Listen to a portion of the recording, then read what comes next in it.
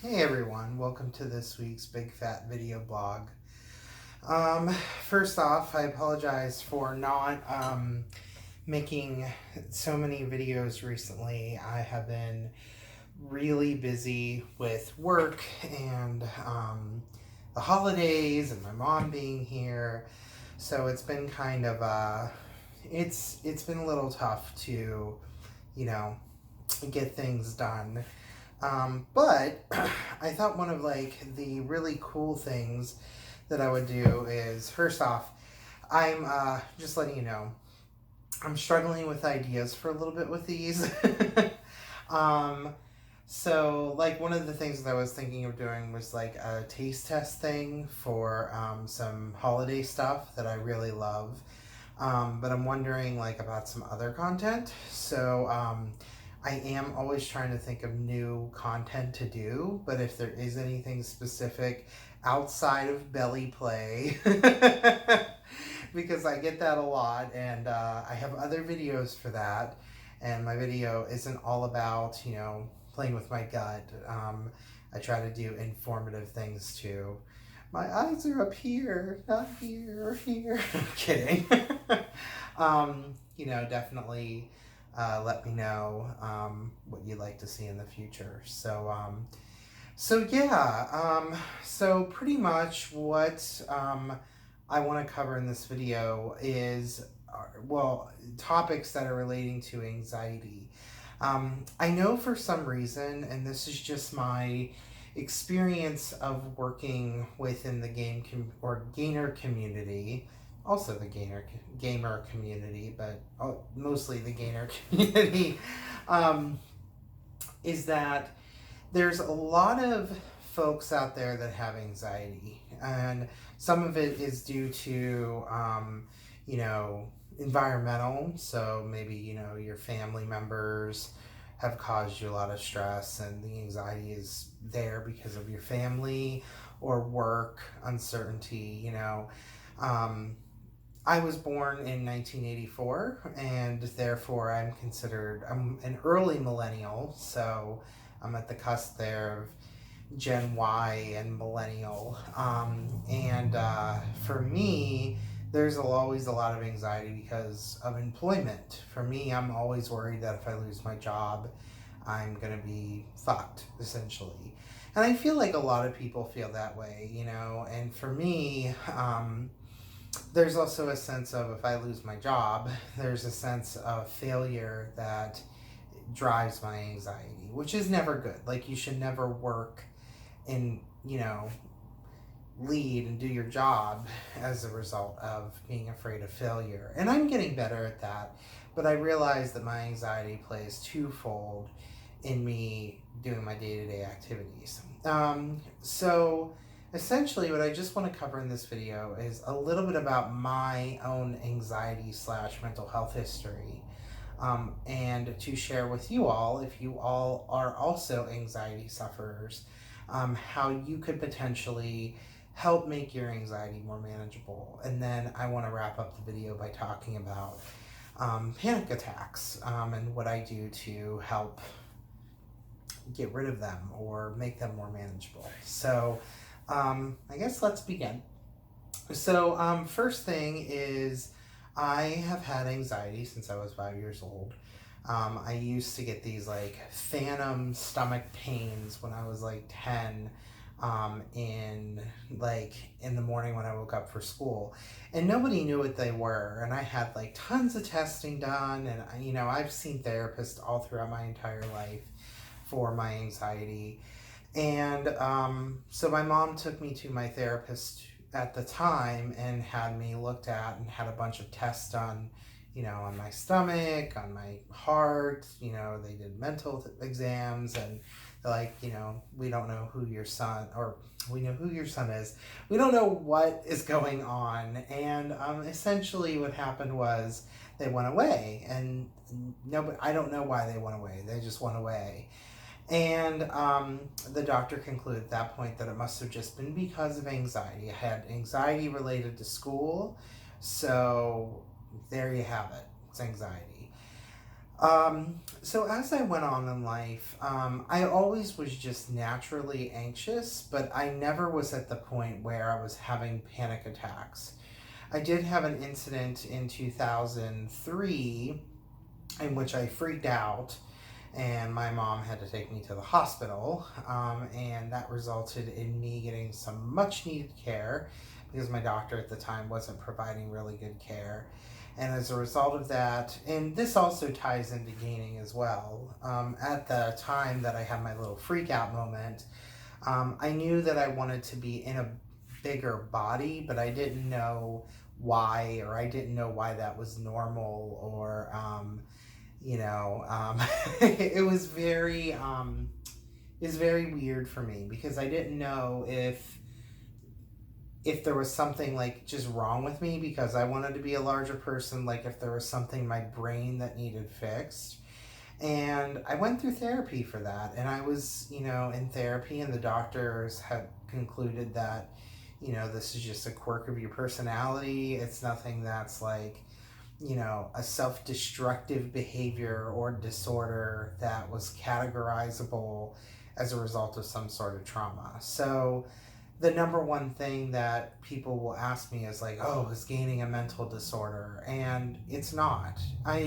It can be. So there's something called body dysmorphic disorder, which is on the order of gaining, but usually people with BDD suffer it because of some sort of external trauma. So whether it was abuse, neglect, something of that nature. But with my situation, there was nothing of that sort. There was no BDD at all. And they're like, yeah, this is just kind of part of your personality, and this is what it is, and this is just a quirk that you have to deal with and live with. And I was like, okay. And it was at that point where I had realized that as a gainer, I was meant to be in the body, like I was meant to be a big person. That was just how it was. It was kind of like transgender. Like I realized that, this is the body that I needed to be in, and I was going to take the steps I needed to do to get into the body I needed to be in, so on and so forth. And to be honest, I found it kind of funny, like I was sitting there after, I got out of the hospital and I got out of the doctors, and my mom was there, and we didn't talk about that, but she's like, "Do you feel better?" Because she stayed in the waiting room, and I didn't come out to her until, 2 or 3 years later, which we covered in our last video. And I was like, "Yeah, I'm fine." But it was at that point that I kind of knew that I didn't know about gaining, but I knew that it was okay to want to be in a bigger body. And I felt like at that point in my life, I had some sort of like explanation for part of myself, of who I was as a person. And that was really, like, it was great to hear for me that, I have the power, I can do anything that I need to. And so that is pretty much my history of mental health stuff. Now, I've been, in and out of therapy for my anxiety over the years. I've dealt with it to the best of my ability, but my time really changed when I met the right therapist. Previously, prior to the therapist that I see now, I had a slew of very nice therapists, but they didn't quite get me. They didn't get my like personality and my different quirks. I think the gaining thing was hard. I had one therapist that, like, she was very supportive and kind and sweet and caring, but she kept thinking like, and I told her, I'm like, it's not a mental disorder. I already been screened by a psychologist. And she's like, well, I just don't agree. And the problem was that she was a fitness freak. And for her, my being me was like a direct contradiction of her training, or not her training, but her beliefs as an individual. And so, and then the prior one was super nice, but she was extremely Christian. So I think that they were very sweet and they taught me some really good things, but it did not, none of their training and none of their instruction for me compared to the current therapist that I have, who is a fucking rock star. Like, this person just really helped set me on the path to being the person that I am today. And he's helped me, you know, go through promotions at work. And I just think so highly of this individual. And the reason is that he actually like has worked with people who are transgender, who deal with differences about their body, and feeling like they need to get into the body that they need to be. And he's also dealt really closely with the queer community as a whole, you know, being in San Francisco. He resides in Portland now, of course, but just a really great doctor, just really awesome. But he helped me, so I'm hoping in this video today I can imparse my knowledge that I've gained from this person off to you. And again, I'm not giving like, you know, I'm not like a therapist, I'm not any of that. I'm just trying to help folks out there that, you know, being a mental health client, not patient, but mental health client, I've just want to just give you guys what I've learned. So first thing, I will explain the worst incident that I've ever had with anxiety, and then what I had to do to resolve it. And then from there, I feel like the resolution will help you with something that might be causing you anxiety. So let's do a Golden Girls moment here, and let's do picture it. Portland, Oregon, September 2018. Salvador has his fruit truck, and cousin Johnny, no, we're just kidding. I love that show, by the way. It's one of my favorites. But at any rate, so I had an incident in which I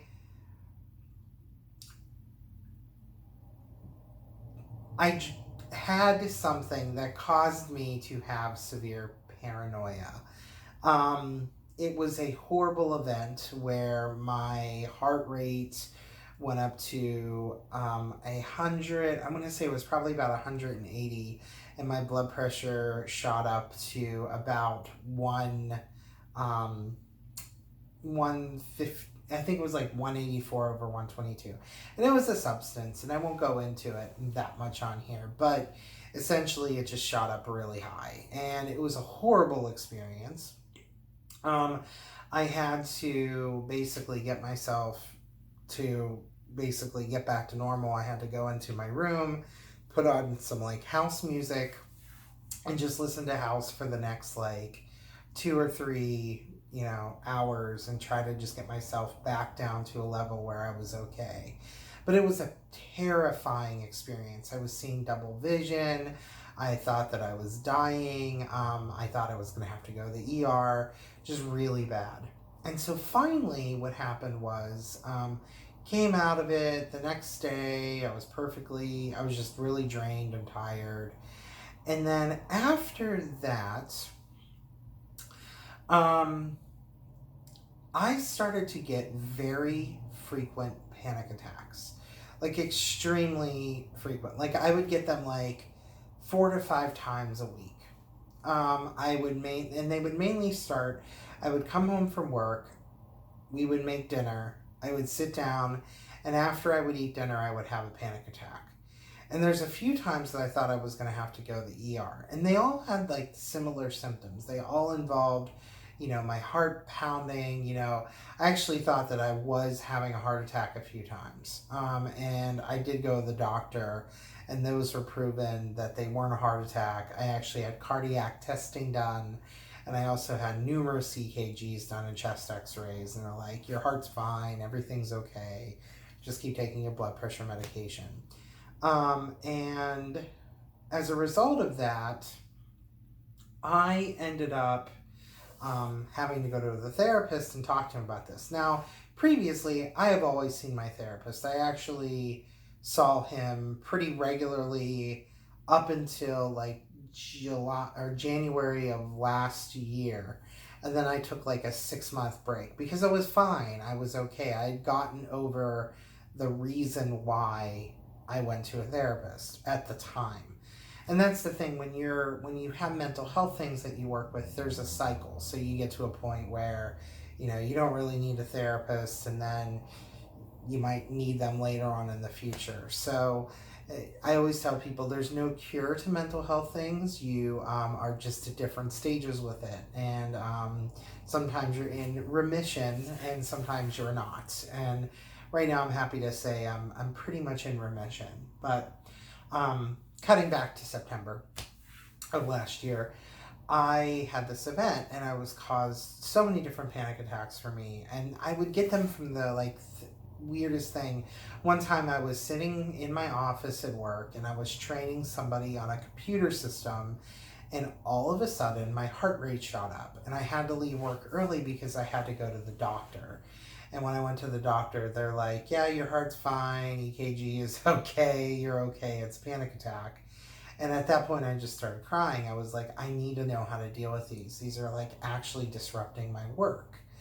And so I went to my therapist. I re-engaged in therapy, and I talked to him about this. And he, after a few sessions where he was kind of gathering the information, he finally came back to me and said, I have a question for you. And he knows that I'm a really big gamer. He also knows I'm a gainer, obviously, but I'm a gamer as well. And he's like, is there any games that are terrifying to you? And we were in January at this point. We had about 2 or 3 months where he was gathering the data and he was giving me some tools on how to deal with panic and how to control panic, helping me with breathing exercises. Pretty much all of the tactics that you would use when you have a panic attack, he was giving me those tools in order to deal with them. And so I was learning a lot, but I wasn't dealing with the feeling of when the panic attack came on very well. I didn't quite know how to deal with it. And finally, he told me, he's like, okay, well, is there anything in your life that you're really afraid of? Are there any games that cause you fear? And it was in January at the time, and there wasn't anything, but in July of 2018, I heard that the Resident Evil 2 remake was coming out. And I went ahead and pre-ordered it because I love Resident Evil. That is one of my series. So if anybody ever wants to reach out to me to talk about my interests, like I covered in another video, if you talk to me about Tomb Raider, Dungeons and Dragons, Final Fantasy, Resident Evil, Splinter Cell, as far as games, that will be the thing. I'm really not into games that are what I call kiddie games, which they're not all kiddie games, but they're games that are more lighthearted. I'm not really into things like Pokemon and stuff like that. I'm into gritty, hard-hitting, bloody, gory games, which probably do contribute to my to my anxiety in some form or fashion, I'm sure. But I'm just not into cartoony kind of games. I need that, I need that realism to it. So basically, I was I had ordered it, and then when the panic attack started, I was afraid that I couldn't take Resident Evil because of my heart. I thought that I was legitimately having heart attacks before I had all of the scans and stuff done. And so I pulled my reservation, and I ended up getting Super Mario for the Wii U Deluxe Edition, or Wii U, geez, I'm old, the Switch Deluxe Edition. And actually that was a lot of fun. I'm glad that I did that because it was a nice multiplayer game. But I was still pretty sad because I really wanted to see how they did Resident Evil 2, but I was just afraid my heart couldn't take it. And so at the time when my therapist asked me that, I told him this story, and he's like, I think you should get Resident Evil 2. And I was like, well, isn't that going to kill me? Why do I want to get RE2, He's like, no, trust me, it'll be good. So I walked out of the office. I drove down to GameStop. I'm shaking a little bit on the way there because I'm worried that I'm going to have a heart attack from this game.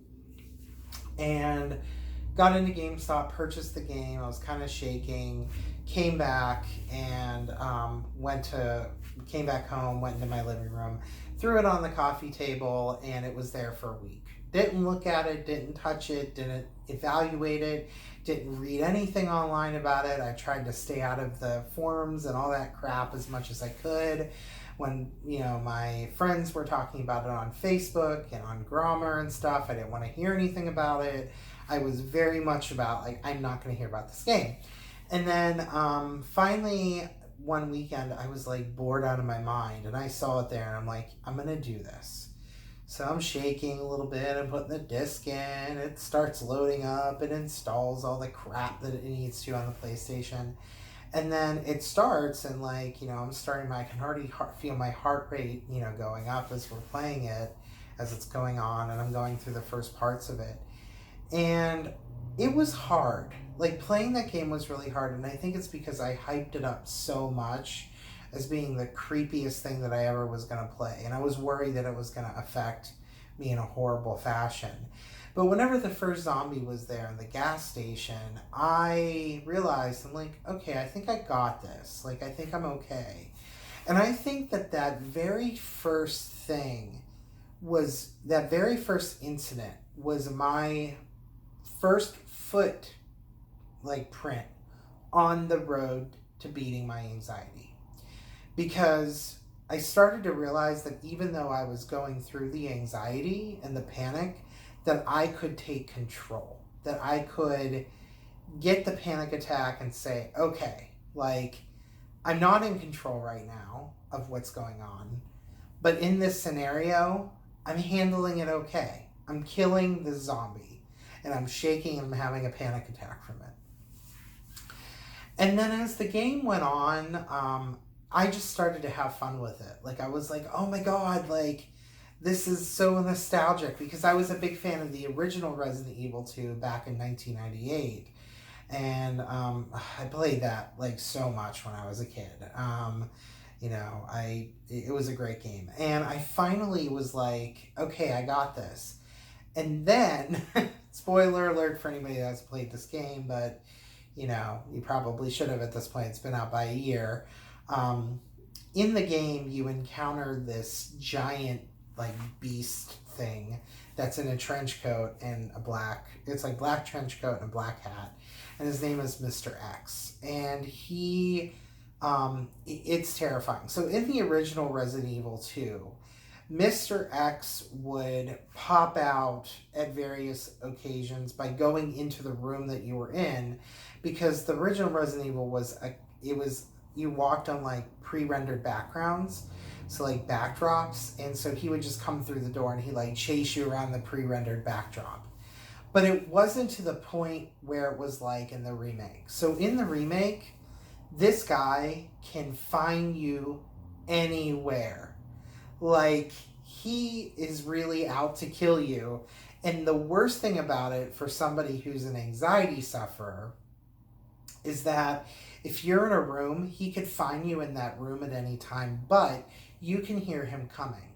So while you're in the Raccoon City Police Department, you can hear his footsteps thud, thud, thud, all the way through. Even though he might be 2 or 3 floors above you, you can still hear his footprints faintly.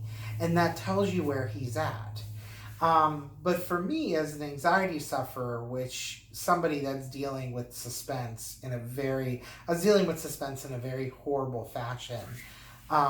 This was awful for me. And it was at that point, I was like, God damn it, doctor. I'm you fucking knew what you were doing with this. And I remember I was playing it, my partner was there, and I was playing it, and there's a part in the game where you're in this library, and you have to move the bookcases closer together, and the Mr. X guy is chasing you around the library. And I remember I started to have a full-on panic attack, shaking. My heart was going I think it was up to 150 beats per minute. I almost threw up. It was really bad, and I was really worried at that point. And my partner's just hang in there. We turned off the PS4. I put on the Orville, which I love that show. And everything started to calm down. And it was at that point that I realized, I'm like, okay, I got this. Like, I had a panic attack. I found out how to deal with it. I'm fine now. And that game, and the other thing is it took me forever to beat that game because I had to make myself be okay with finishing it, because I was just under like so much pressure from it. There was so much panic associated with it that I had to make myself okay with finishing it. And so finally what happened was, when I finally beat that game, when I beat one of the scenarios and I saw the end loading screen that told me how I did and everything, it seems stupid, but that was like one of the biggest accomplishments of my life, because I had something that I was deathly afraid of, and I conquered it. And that was the thing that helped me get my anxiety under control. And then I played the other scenarios, and I did just fine. And I'm happy to say I beat the whole game, all of the scenarios and everything. I powered through it. And next year, on April 2020, they're releasing Resident Evil 3 Remake. I'm really excited to play it.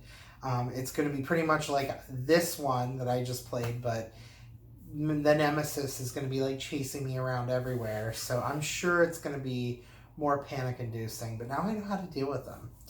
So basically what that experiment was, and of course I go back to my therapist and I'm like, God damn it, you knew what the fuck you were doing. And he just laughed hysterically. He's like, that's why you pay me money. And that really there was the forefront. So what that whole thing that he did was called exposure therapy. So pretty much it's like, you're having panic attacks, so we're going to put you in a scenario that's going to uncomfortably cause you some sort of panic. And as you deal with it, you learn how to deal with your panic attacks. And Resident Evil 2 was the perfect playground for somebody with panic attacks, because it teaches you, even though in the face of panic, how to deal with panic. So I would let you know, or I would advise you to, if you have panic, find the thing that scares you the most. Whether it's snakes, I knew people that were afraid of cats, which, come on, but you know, it's out there. Who am I to judge? Birds, whatever. And make yourself comfortable with being around it. So first off, put a picture up on your computer or on your phone of like a snake. And it's going to make you uncomfortable. And you might develop a little bit of a fear of using your phone. And then slowly, watch a video of a snake. And then go to somebody's house and look at a snake in a cage. And then at the end of it, by touching a snake, will be where you're finally at with exposure therapy. So it's all about something that whole piece of exposure therapy falls into a larger like group of therapies called cognitive behavioral therapy, which is the primary thing that they use to treat anxiety. And ever since that, I've been able to take control of my own life. I have been able to do really well at work with very stressful situations. So that was the key for me feeling how, I am. So I know like on Grommer, a lot of people have fears of going on dates or meeting people or talking to their parents or relatives, not necessarily about being gay or a gainer, but just talking to them about their personal life or going out. And I'm telling you that the only way that you can beat those is by doing the thing that you're afraid of. And it's the hardest pill to swallow. So you just got to get out there and do it. So that there is pretty much exposure therapy. Now to wrap up this video, I want to talk a little bit about what to do if you have a panic attack. So first thing, you're going to notice the following symptoms. You're going to have an increased heart rate. You're going to get chills throughout your body. You're going to feel like you want to poop yourself. You're going to feel like you want to urinate. You're going to feel like you want to either run or cry. These are all symptoms of having a panic attack. Some people feel disassociative, like they feel like they're like looking at themselves outside of their body and that there's something wrong and they don't know what to do. These are all symptoms of a panic attack. So the way that you go about doing that is, first off, use something called mindful meditation. Look at and focus on an object within the room or something within the room. So for example, if you're in your living room, you're watching something that gives you a panic attack, or you're in your car and something happens that you're looking at that gives you a panic attack, focus on an object. So like, for example, there's a poster behind me. So if I was looking at that wall, I would focus on the poster. And I would look at the waterfalls that are on the poster, and I would concentrate on the shoes that Lara Croft is wearing, and I would then try to think about the shoes. So I would do anything that I could to get my mind off of the thing that caused the panic attack. Then the second thing you want to do is continue to stare at that, but then do deep breathing. So it should be something like this. You're going to take a deep breath in.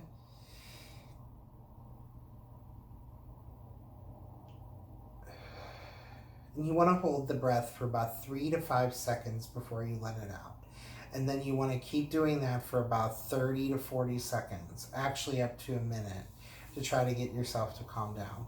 The whole time closing your eyes and opening them, relaxing on the object, and slowly you'll start to feel yourself de-escalate.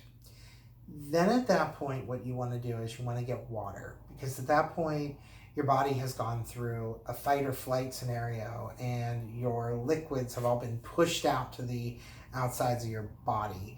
So you want to go ahead and get some water, take some sips, try to get your body back to being okay. And then from there, the final piece of it is I like to go ahead and write down what caused the panic, because then that particular thing becomes an excellent thing to focus on for exposure therapy, to help you learn how to deal with whatever caused the panic. And so it's definitely been an experience with having panic and anxiety. And I think I'm not ashamed to have my mental health stuff.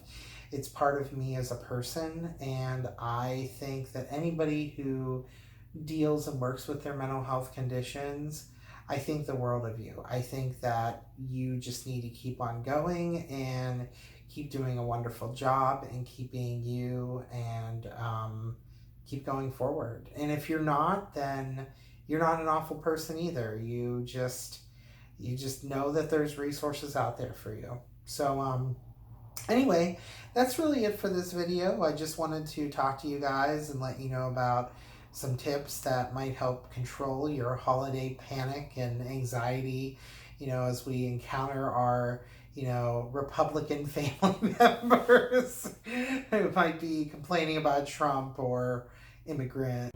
It's nice to know that there's ways that you can control that. So, yeah. So at any rate, thank you so much for watching. If you like my videos, please subscribe. I put out my videos, I'm supposed to put out my videos every Wednesday / whenever I can, but that hasn't been really happening, so whenever I can right now, but I'm going to try to get back to Wednesdays. So thank you so much. I will probably post something before the holidays for next week, so be on the lookout for that. And have a wonderful week, and I hope you guys are eating well, or helping somebody eat well, and take care. Bye.